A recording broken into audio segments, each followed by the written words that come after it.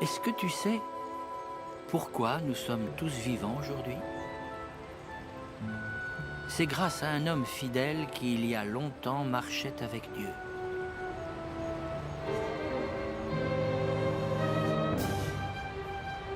Il s'appelait Noé.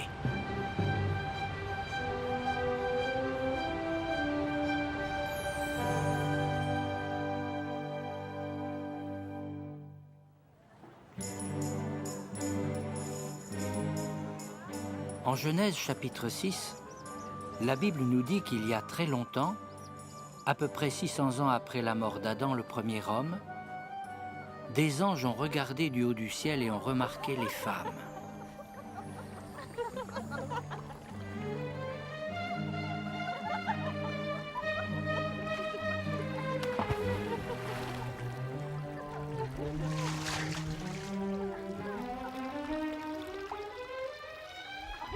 Ils ont vu qu'elles étaient belles et ils ont commencé à avoir de mauvaises pensées. Ils ont quitté le ciel et sont devenus comme les hommes pour pouvoir se marier avec les femmes. C'était contre nature et très mal. Alors ces femmes ont eu des bébés qui sont devenus des géants, des brutes, appelés Néphilim. Ces brutes attaquaient les gens.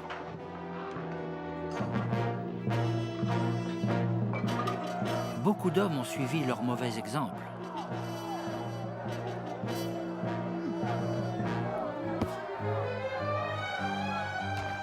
Même les enfants sont sans doute devenus des brutes.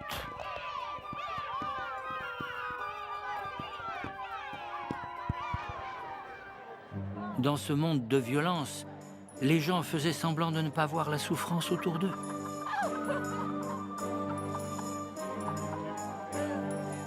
Ils menaient une vie tranquille, ils se mariaient, ils mangeaient et buvaient.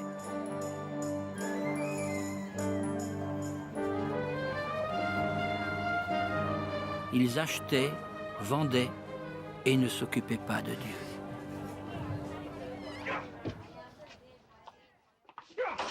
La violence était partout.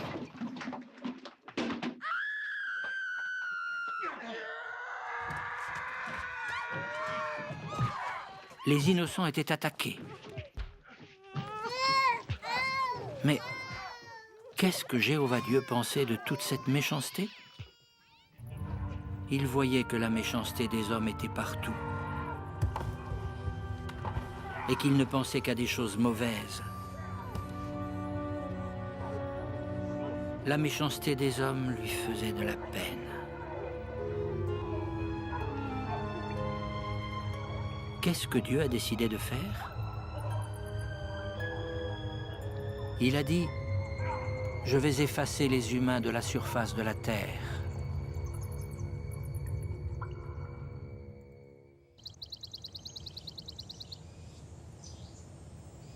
Cela voulait-il dire qu'il ne resterait plus personne sur la terre? Non. La Bible dit que pendant cette époque de violence, il y avait au moins un homme qui obéissait à Dieu. C'était Noé. Cet homme qui craignait Dieu a eu 3 fils. Le premier-né était sans doute Japheth.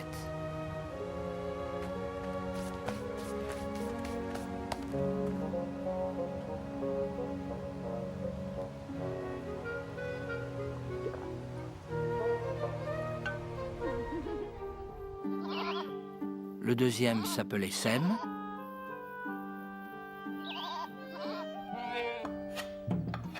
Et le plus jeune, Cam.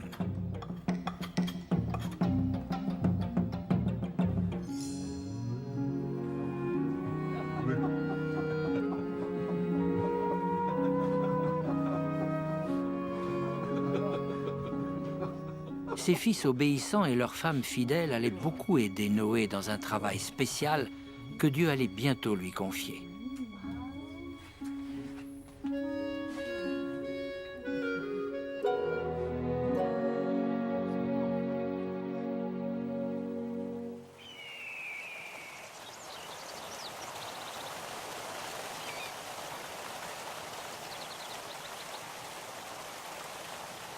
Mais pourquoi Jéhovah aimait-il Noé? Qu'est-ce qu'il avait de spécial? Noé était un homme fidèle qui marchait avec Dieu et qui le servait jour après jour. Il était différent des autres. Il obéissait à Dieu.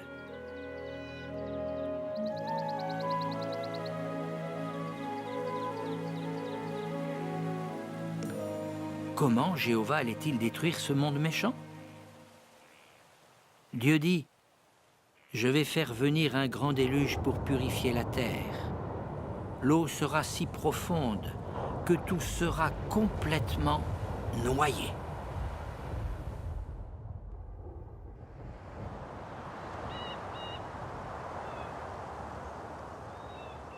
Mais qu'allait-il arriver aux oiseaux et aux animaux? Et qu'allait devenir le fidèle Noé et sa famille? Eh bien, Jéhovah a expliqué en détail à Noé comment construire une arche pour être sauvé. À quoi ressemblerait-elle? À un énorme coffre rectangulaire, long et étroit, avec un fond plat.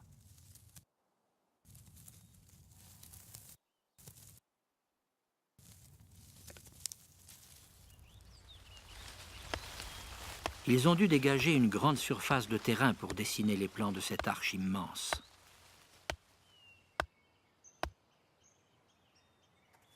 Peux-tu imaginer sa grandeur? Elle mesurait plus de 120 mètres de long, plus qu'un terrain de football. Elle faisait environ 20 mètres de large et était haute comme une maison de 3 étages.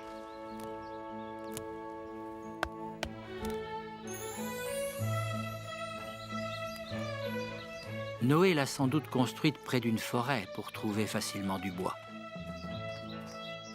Mais comment Noé et sa famille, 8 personnes en tout, allaient-ils faire pour construire un bateau aussi énorme?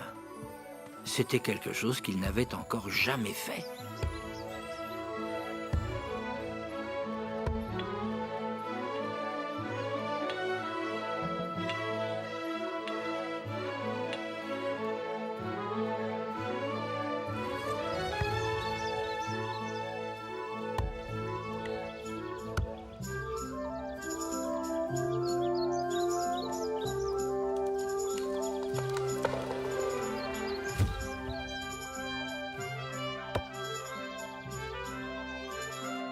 Ils ont été capables de construire l'arche avec l'aide de Dieu. En plus de ce travail, ils avaient autre chose d'important à faire. Il fallait avertir les voisins. D'après toi, comment les gens ont-ils réagi à ce qu'ils prêchaient?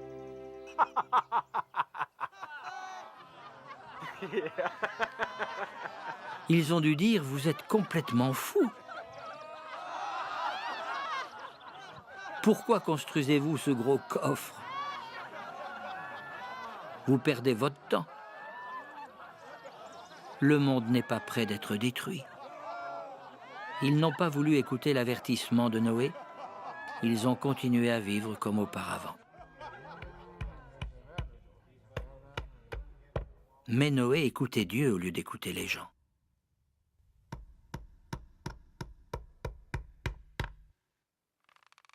Il a fallu du temps à Noé et à sa famille pour construire l'arche. Obéissants, ils ont travaillé dur pendant plus de 40 ans.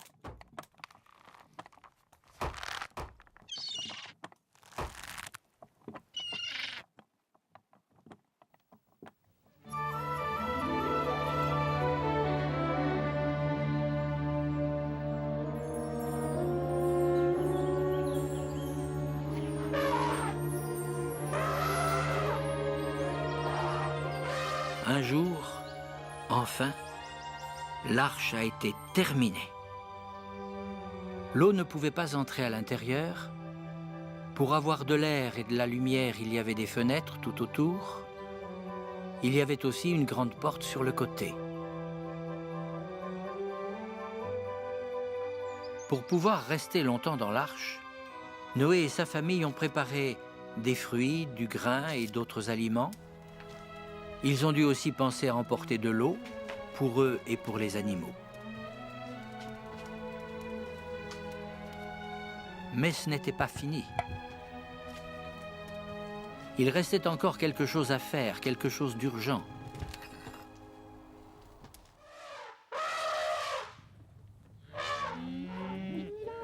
Genèse chapitre 7 nous dit que Noé et sa famille ont commencé à faire entrer les différentes sortes d'animaux dans l'arche.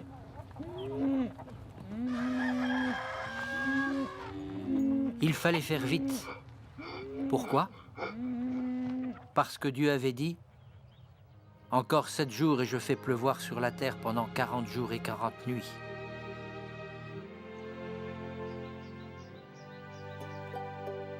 Toute la terre sera inondée et j'effacerai tout ce qui respire.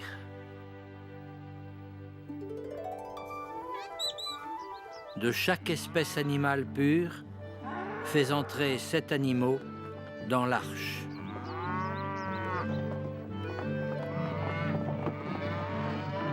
Et des autres espèces, 2 de chaque.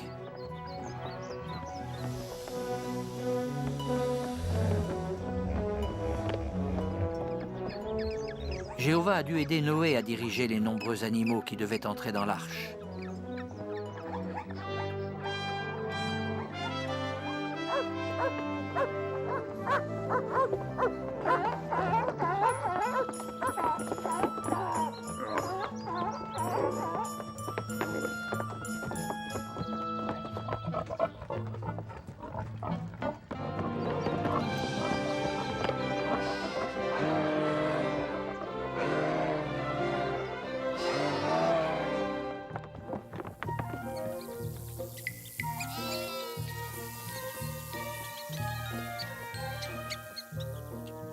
Aucun animal n'a été oublié, ni les bêtes les plus petites, ni celles qui rampent, ni les moins rapides.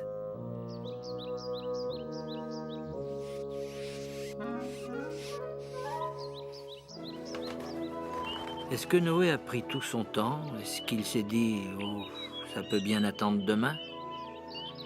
Non. Il a fait selon tout ce que Jéhovah lui avait ordonné. Ce n'était pas facile, mais encore une fois, sa famille et lui ont montré qu'ils craignaient Dieu et qu'ils obéissaient. Ils ont fait exactement ce que Dieu leur demandait.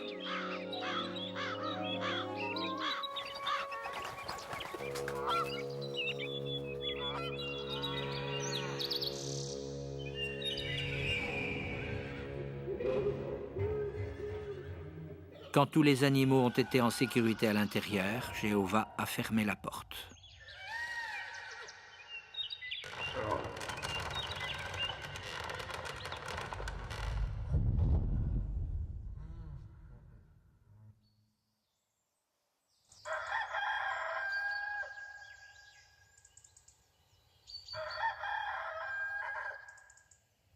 Maintenant, il fallait que Noé et sa famille attendent.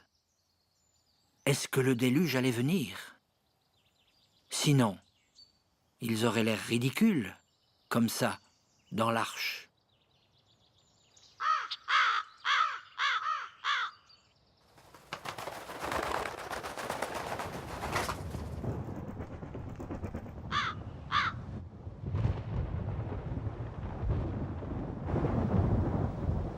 Mais soudain, Dieu l'avait dit.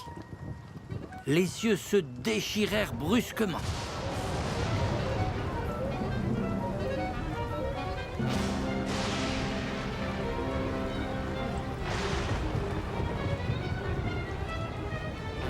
Il pleuvait, sans arrêt. C'était un vrai déluge. Il dura 40 jours et 40 nuits. Jéhovah avait tenu parole.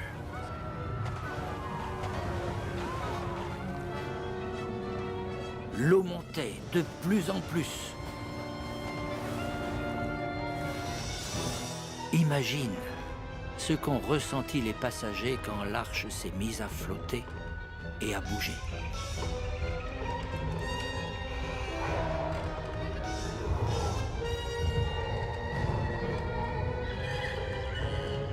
Les animaux étaient épouvantés.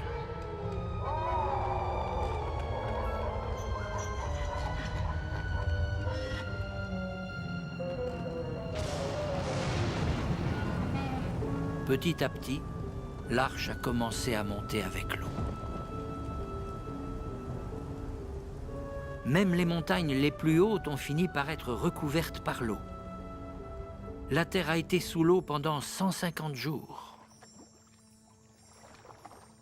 Qu'étaient devenus tous les hommes méchants et violents qui s'étaient moqués de l'avertissement de Noé? Ils étaient morts, noyés. Pendant tout le temps où l'arche a flotté, Noé et les siens ont été très occupés. Ils ont pris soin d'eux-mêmes et des animaux.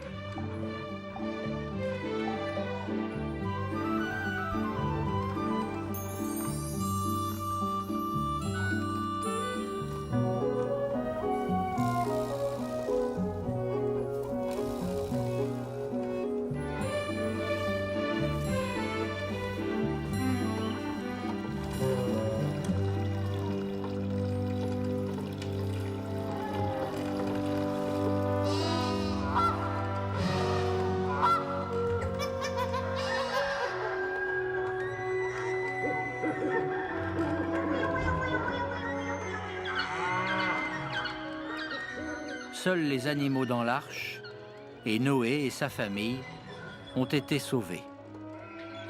8 personnes ont survécu parce qu'elles ont écouté Jéhovah et parce qu'elles ont fait exactement ce qu'il leur avait ordonné.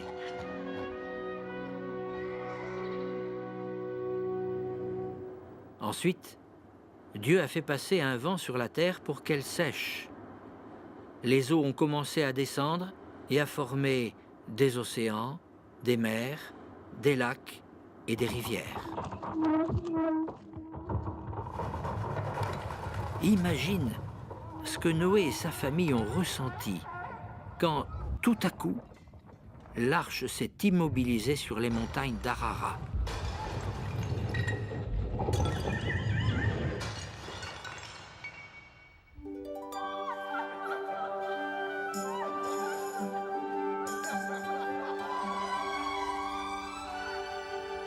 Que s'est-il passé ensuite? Genèse chapitre 8 dit que Noé a envoyé un corbeau pour voir s'il y avait de la terre sèche dans les environs. Mais il allait et revenait, il n'avait pas d'endroit où se poser.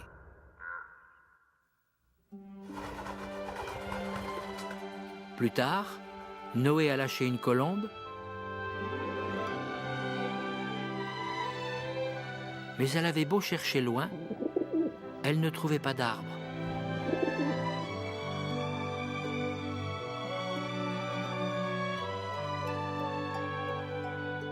Comme le corbeau, elle est revenue.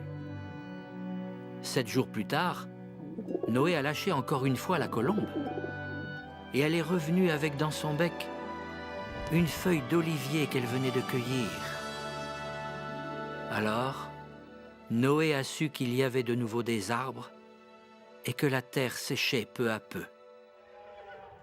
Noé a attendu alors que Jéhovah lui donne cet ordre. Sors de l'arche, toi et toute ta famille, et tous les oiseaux, et tous les animaux.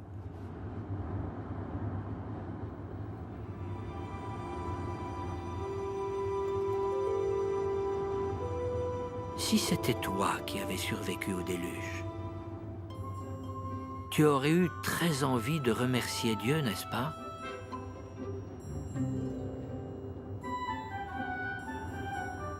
Eh bien, c'est exactement ce que Noé et sa famille ont eu envie de faire.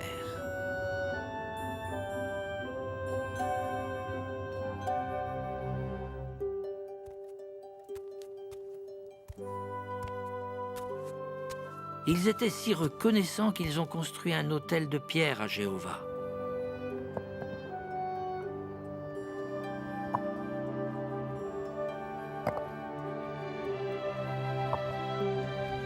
Et ils lui ont offert des sacrifices pour le remercier.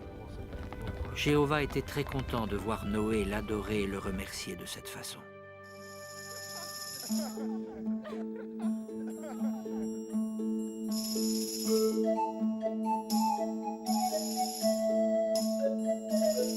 Noé et sa famille étaient très heureux parce que Jéhovah les avait sauvés.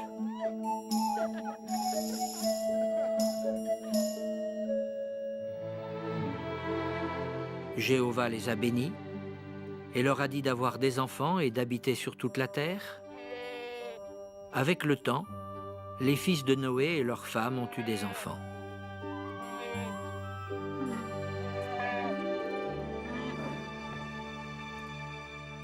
Les animaux aussi ont eu des petits.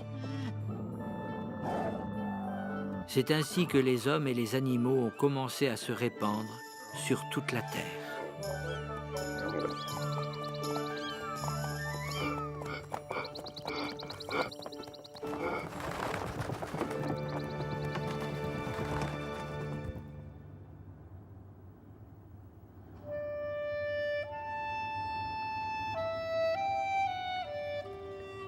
Jéhovah a fait une promesse solennelle à Noé et aux autres humains.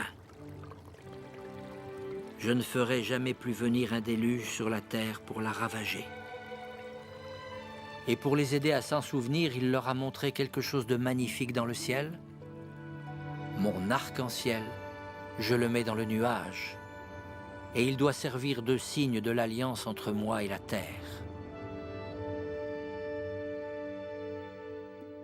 Toi aussi, tu peux ressembler à Noé, en suivant son bon exemple.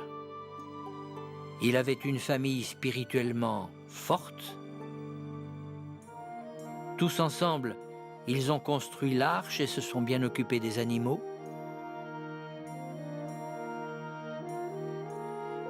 Ils ont aussi prêché à un monde qui ne voulait pas croire.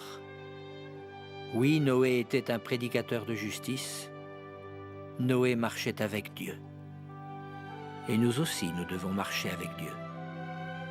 Mais comment ? Nous devons prêcher la bonne nouvelle et expliquer que Dieu a promis de débarrasser le monde de tous les méchants. Il rétablira le paradis sur la terre pour tous les humains qui le servent et suivent son Fils Jésus. Alors, Noé et sa famille reviendront à la vie, sur la terre. Est-ce que vous serez là, toi et ta famille? Serez-vous dans le paradis pour leur parler? Bien sûr que oui, si vous marchez avec Dieu.